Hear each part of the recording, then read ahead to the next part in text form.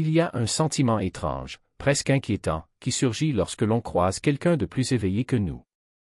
Quelqu'un qui a avancé plus loin dans le voyage de la conscience, dont la perception est plus aiguë, la compréhension plus profonde, la présence plus entière. Et ce qui est curieux, c'est que cette expérience ne correspond pas toujours à ce que l'on imagine. Ce n'est pas nécessairement inspirant, ni revigorant, ni même encourageant. Bien souvent, en fait, cela déstabilise, dérange, menace d'une manière inattendue. Avant d'expliquer ce qui se passe réellement lors de ces rencontres, il convient de parler de ce que la plupart des gens pensent ressentir. Parce que le fantasme et la réalité sont souvent très éloignés. Quand on pense rencontrer quelqu'un de plus éveillé, l'image d'un sage ou d'un maître éclairé nous vient immédiatement à l'esprit, quelqu'un qui émane de la paix, de la sagesse et de l'amour inconditionnel. Quelqu'un dont la présence nous ferait sentir immédiatement mieux, plus serein, plus centré, plus compris. On imagine que la rencontre sera réconfortante, qu'elle validera notre chemin, qu'elle nous apportera des conseils, du soutien, la certitude que nous sommes sur la bonne voie. Et oui, parfois c'est comme ça. Mais la plupart du temps, ce qui se passe est bien différent. C'est quelque chose de plus exigeant, qui arrache nos masques au lieu de les confirmer. Cela expose notre inconscience restante au lieu de célébrer nos avancées. Examinons en détail ce qui se passe habituellement lorsque nous rencontrons quelqu'un qui est vraiment plus conscient. La première réaction est une perception viscérale, presque instinctive, que nous sommes confrontés à quelque chose de différent, à quelque chose d'au-delà. Ce n'est pas une observation rationnelle, on ne peut pas toujours la mettre en mots, mais quelque chose en nous le reconnaît. Quelque chose en nous sait que cette personne opère depuis un endroit différent, voit sous un angle unique, vit depuis un centre qui n'est pas le nôtre. Cette reconnaissance peut se manifester de plusieurs manières. Peut-être vous sentez-vous soudain plus présent, plus alerte, comme si la conscience de l'autre vous entraînait dans un état de plus grande lucidité. Peut-être vous sentez-vous vu d'une manière inhabituelle, non jugé ou évalué, mais simplement observé avec une clarté à la fois réconfortante et déconcertante. Vous pouvez vous sentir transparent, comme si vos défenses et vos artifices ne fonctionnaient pas sur cette personne, comme s'il voyait au-delà du personnage que vous présentez au monde, directement vers la réalité qui se cache derrière. Et cette transparence, lorsqu'elle est réellement vue, peut être profondément inconfortable. Après tout, la plupart d'entre nous ne sont pas habitués à être vus. Nous sommes habitués à ce que nos performances soient acceptées au pied de la lettre, à ce que nos masques soient confondus avec qui nous sommes réellement, à nous cacher derrière des images soigneusement construites. Mais devant quelqu'un de véritablement éveillé, ces constructions deviennent évidentes, fragiles, et il n'y a plus nulle part où se cacher. Le deuxième effet est que votre propre inconscience, vos schémas non examinés, vos structures égoïques vous sautent soudainement aux yeux. C'est comme si la clarté de l'autre éclairait ses ombres restantes. Sa présence met en lumière ses absences, son intégration révèle ses fragmentations. Vous pourriez vous sentir sur la défensive sans vraiment comprendre pourquoi. Vous ressentirez peut-être le besoin de faire vos preuves, de montrer que vous comprenez également, que vous êtes également éveillé, que vous avez également atteint des vérités importantes.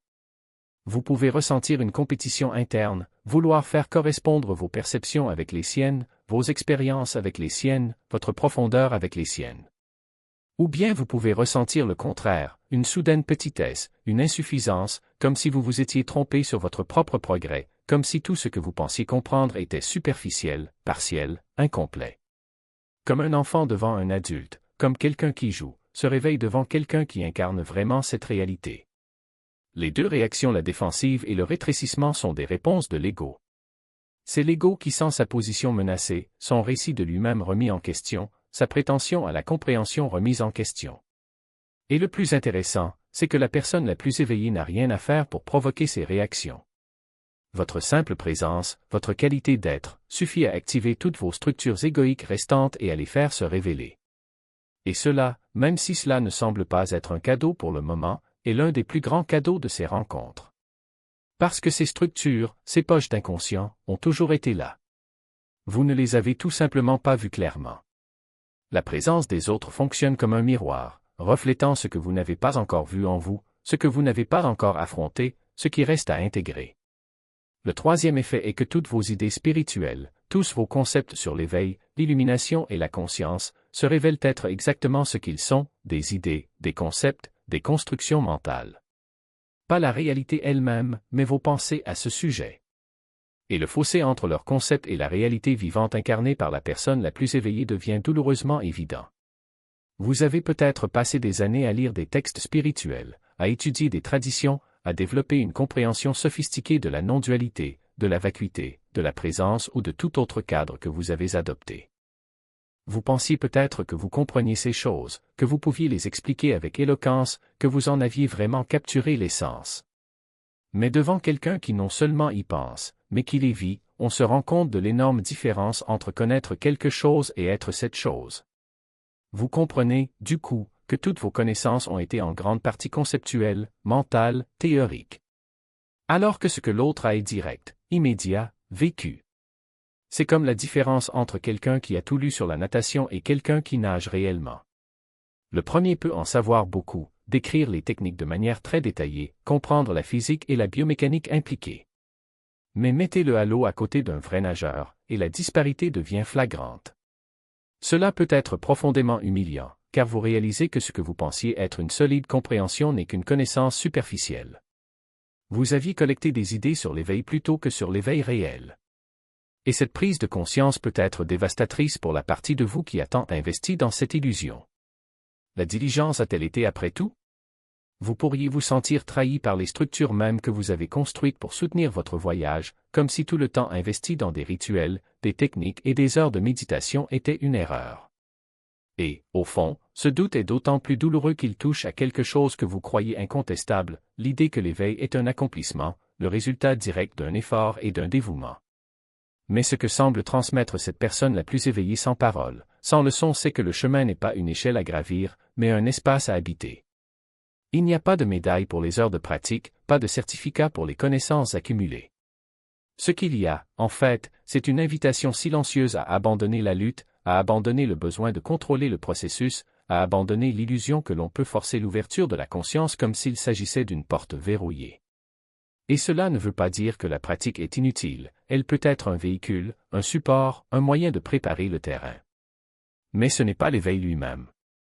Elle n'est qu'un doigt pointé vers la lune, pas la lune. Lorsque vous réalisez cela, quelque chose en vous peut résister de toutes ses forces. Après tout, si l'effort n'est pas la solution, que reste-t-il? La reddition? La livraison? L'idée que vous n'avez peut-être pas besoin de faire autre chose que d'être présent? Cela peut ressembler à une hérésie pour ceux qui ont construit leur identité spirituelle autour de la discipline, du dépassement et de l'idée que l'éveil est une récompense pour le mérite. Mais c'est précisément là que réside la vérité la plus inconfortable. L'éveil n'est pas quelque chose que l'on atteint, mais quelque chose que l'on découvre déjà. Il ne s'agit pas d'un état futur à atteindre, mais de la réalité présente que vous avez ignorée en poursuivant les ombres. Et alors, l'inévitable question se pose, si la pratique n'est pas ce que l'on pensait, si l'effort n'est pas la clé, si l'éveil n'est pas un objectif à atteindre, alors que faire? La réponse, quand elle se présente, est simple et dévastatrice, rien. Non pas dans le sens de l'inertie, mais dans le sens de l'arrêt des combats. Arrêtez de vous accrocher à vos stratégies, vos méthodes, vos certitudes. Permettez à la présence de l'autre, celui qui habite déjà ce que vous cherchez, d'être un miroir, non pas pour que vous vous compariez, mais pour que vous voyiez ce qui est déjà là, attendant d'être reconnu. Car, en fin de compte, le plus grand obstacle n'est pas le manque de pratique, mais le refus de voir que vous êtes déjà ce que vous recherchez. Et ce refus est alimenté, justement, par l'idée qu'il faut faire quelque chose pour le mériter. Et ton courage. Car la vérité, lorsqu'elle se révèle, ne demande pas de permission. Il est juste là, nu, exigeant que vous y fassiez face, non pas avec des excuses, mais avec de l'action. Et c'est à ce moment-là que vous réalisez, la vie que vous avez construite n'est pas un château inébranlable, mais un fragile arrangement de compromis. Chaque choix que vous avez fait pour éviter l'inconfort, chaque compromis que vous avez accepté pour maintenir l'illusion de sécurité brille désormais sous un jour impitoyable. Ce n'est pas que l'autre personne vous juge. C'est juste que son existence même, la façon dont il se déplace dans le monde sans demander la permission, sans s'excuser de prendre de la place, révèle le mensonge que vous vous êtes dit, que tout allait bien. Que c'était comme ça. Qu'il n'y avait pas d'autre moyen. Et puis la question brûlante se pose, et si je me trompe? Il ne s'agit pas de faits, ni de théorie, mais de la structure même de votre vie. Et si le travail que vous tolérez n'était pas un mal nécessaire, mais une prison que vous avez vous-même construite? Et si la relation que vous entretenez par peur de la solitude n'était qu'un accord mutuel de médiocrité? Et si les objectifs que vous poursuivez n'étaient pas les vôtres, mais des échos des attentes des autres, répétez comme un mantra pour que vous n'ayez pas à affronter le vide de ne pas savoir ce que vous voulez vraiment? La présence de quelqu'un qui vit sans ces contraintes n'est pas un verdict, mais une invitation. Une invitation à arrêter de vous tromper. Regardez dans les yeux la personne que vous êtes devenue et demandez, ai-je choisi cela, ou est-ce que je l'ai simplement accepté parce que c'était plus facile? Mais voici le paradoxe, cette révélation peut être libératrice ou paralysante. Parce que voir la vérité n'est pas la même chose qu'avoir la force de la vivre. Beaucoup reculent à ce stade. Ils retournent à leurs justifications, leurs habitudes, leurs zones de confort, comme un animal blessé qui se cache dans sa tanière. D'autres, cependant, ressentent quelque chose de différent, une flamme qui ne s'éteint pas, même lorsque l'esprit crie d'abandonner. C'est la voix qui murmure, tu peux être plus. Non pas dans le sens d'accumuler plus, d'accomplir plus, de prouver plus, mais dans le sens d'être plus. Habiter pleinement ce qui est déjà là. Mettre de côté le poids des masques et vivre comme quelqu'un qui n'a rien à perdre. Et puis, au moment où on s'y attend le moins, la 11e chose se produit, la peur se transforme en curiosité. Non pas cette curiosité superficielle, qui cherche des réponses toutes faites ou des raccourcis, mais une curiosité profonde, presque enfantine, qui demande « Et si j'essayais ? Et si je quittais ce travail qui m'étouffe ? Et si je disais la vérité à cette personne que j'aime, même si elle ne veut pas l'entendre ? Et si j'arrêtais de faire semblant de savoir ce que je fais et commençais simplement à vivre comme si chaque jour était une page blanche ? Le plus étrange, c'est qu'à ce stade, on n'a plus besoin de garantie. Parce que l'idée même de sécurité commence à ressembler à un piège. Vous comprenez enfin que la vie n'est pas un projet à réaliser, mais un mystère à vivre.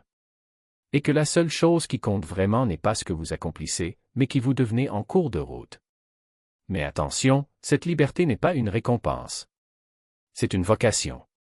Et les appels ne sont pas accompagnés d'instructions. Ils arrivent tout simplement, comme un vent qui souffle où il veut, et c'est à vous de décider si vous voulez ouvrir la fenêtre ou tout verrouiller et faire comme si vous n'aviez pas entendu. Le choix vous appartient. Ça l'a toujours été. Votre action, votre volonté de porter le poids de vivre différemment. Le 11e effet est peut-être le plus important de la rencontre avec quelqu'un de vraiment plus éveillé que vous est qu'après cela, il n'y a plus de retour en arrière. Même si rien n'a visiblement changé, même si aucune grande révélation ne s'est cristallisée en mots, même si la rencontre a été juste inconfortable et déroutante, quelque chose a bougé en vous. Quelque chose a été vu, et ce qui est vu ne peut plus être invisible. Vous avez entrevu quelque chose au-delà, quelque chose de plus profond, de plus vaste, de plus vrai que là où vous vous trouvez actuellement. Et cet aperçu ne vous quittera pas. Vous pourriez essayer de l'ignorer, de le minimiser, de vous convaincre que la personne n'était pas vraiment plus éveillée, ou que même si elle l'était, cela ne ferait aucune différence. Vous pouvez vous dire que vous êtes bien là où vous êtes, que vous n'avez pas besoin d'aller plus loin. Mais, derrière toutes ces défenses, sous toutes les manières dont il tente de se protéger des implications de la rencontre, se cache un savoir qui ne peut être effacé. Vous avez trouvé quelqu'un qui a parcouru un plus long chemin. Il toucha, ne serait-ce que pour un instant, une qualité de conscience plus intégrée que la sienne. Et cela génère une inquiétude divine, une inquiétude, une incapacité à se réinstaller dans l'état antérieur. La rencontre a ouvert une porte. Cela montrait une possibilité. Vous avez planté une graine qui continuera à pousser, que vous la cultiviez ou non. Cela peut ressembler à un cadeau ou à une malédiction, selon votre relation avec lui. Si vous résistez, si vous luttez contre les changements qu'il veut catalyser en vous, cela vous semblera comme un fardeau, une perturbation indésirable, une menace pour votre confortable identité spirituelle. Mais si vous travaillez avec lui, si vous lui permettez de faire son travail, si vous suivez là où il vous indique même lorsque le chemin est incertain et inconfortable, il peut devenir le catalyseur d'un bond en avant, d'un approfondissement, d'une rupture qui n'aurait pas eu lieu sans cette rencontre. Alors, que faites-vous lorsque vous trouvez quelqu'un de plus éveillé? Comment pouvons-nous naviguer habilement dans ces rencontres, recevoir ce qu'elles ont à offrir, éviter les pièges de l'idéalisation et du mépris, et permettre à l'expérience de catalyser une véritable transformation? Tout d'abord, reconnaissez ce qui se passe. Comprenez que l'inconfort que vous ressentez n'est pas le signe que quelque chose ne va pas, mais que quelque chose est en train de se révéler, quelque chose que vous n'avez pas encore vu. Votre inconscience restante est éclairée. Les structures de votre ego sont remises en question. Ne pathologisez pas l'inconfort. Ne vous blâmez pas de le ressentir. Reconnaissez-le simplement comme faisant partie du processus. Deuxièmement, résistez à la tentation de vous défendre.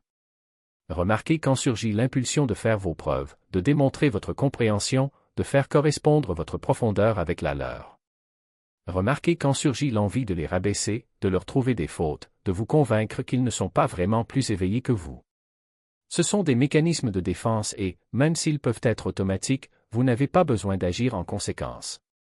Vous pouvez simplement les regarder surgir et les laisser passer, sans y croire ni les suivre. Troisièmement, soyez prêt à ne pas savoir.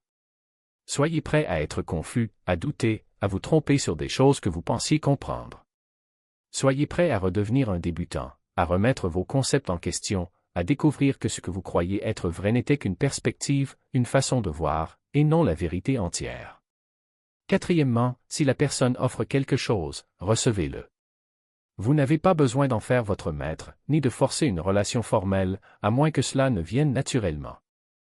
Soyez simplement ouvert, réceptif, prêt à être affecté, prêt à laisser sa présence agir sur vous de la manière dont elle a besoin pour agir sur vous. Cinquièmement, rapportez ce que la rencontre a révélé à votre propre pratique, votre vie, votre processus. Ne vous contentez pas d'admirer de loin les éveils des autres. Utilisez la réunion comme un miroir, montrant ce qui doit encore être intégré en vous, quels choix doivent être réévalués, quels modèles doivent être libérés, quelles vérités doivent être incarnées. Et enfin, soyez reconnaissants. Ces rencontres sont rares et précieuses. La plupart des gens ne rencontrent jamais quelqu'un qui soit vraiment plus éveillé qu'eux. La plupart passent toute leur vie entourés de personnes ayant le même niveau de conscience ou moins. Ne jamais remettre en question vos hypothèses, ne jamais voir ce qui est possible au-delà de votre état actuel. Si vous avez vécu une telle rencontre, reconnaissez-la comme un cadeau, même si cela ressemble plus à une confrontation qu'à une bénédiction. Car, en vérité, ces rencontres, aussi inconfortables soient-elles, comptent parmi les expériences les plus précieuses sur le chemin spirituel. Ils vous montrent ce qui est possible, où vous pouvez aller, ce que vous pouvez devenir. Ils vous humilient, vous mettent au défi, vous invitent à mourir et à renaître à un niveau d'intégration supérieur. Ils arrachent vos illusions confortables et exigent que vous soyez réel. Et si vous parvenez à supporter l'inconfort, si vous permettez à la rencontre d'agir sur vous, si vous recevez ce qui vous est offert même lorsqu'il s'accompagne de difficultés et de défis, vous constaterez peut-être que quelque chose a bougé. Ce quelque chose s'est ouvert. Ce quelque chose auparavant caché est devenu visible. Vous constaterez peut-être que vous avez fait un pas en avant, un pas qui n'aurait pas été possible sans le catalyseur de trouver quelqu'un de plus éveillé que vous.